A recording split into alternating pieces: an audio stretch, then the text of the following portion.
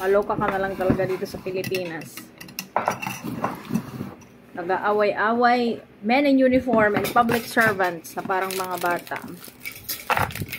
Kaya tayo pinagtatawanan ng ibang bansa kasi ultimo, mga public servant, mga tao na nasa batas, mga tao na dapat nagpapatupad, mga tao na dapat sila ang nagiging role model.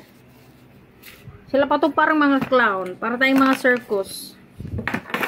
Para tayong nasa PBB o kung ano man na reality show. Para kayong mga tanga. Para kayong mga bata. Ang baliw na pumatol sa baliw ay isa ring baliw. Ang daming dapat pagtuunan ng pansin ng Pilipinas. Tingnan nyo naman ang nangyayari sa baha. Nasabihin, kasi charity event. Charity event naman yan. Kailangan nyo ba magsuntukan para lang magbigay sa kapwa? Para kayong mga buang.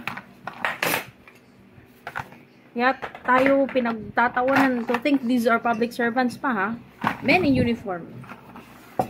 Nobody takes us seriously. Because here in our country, everyone is a clown.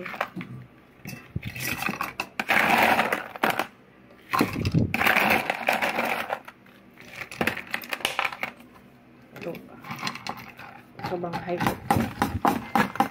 Napapayelo tuloy ako.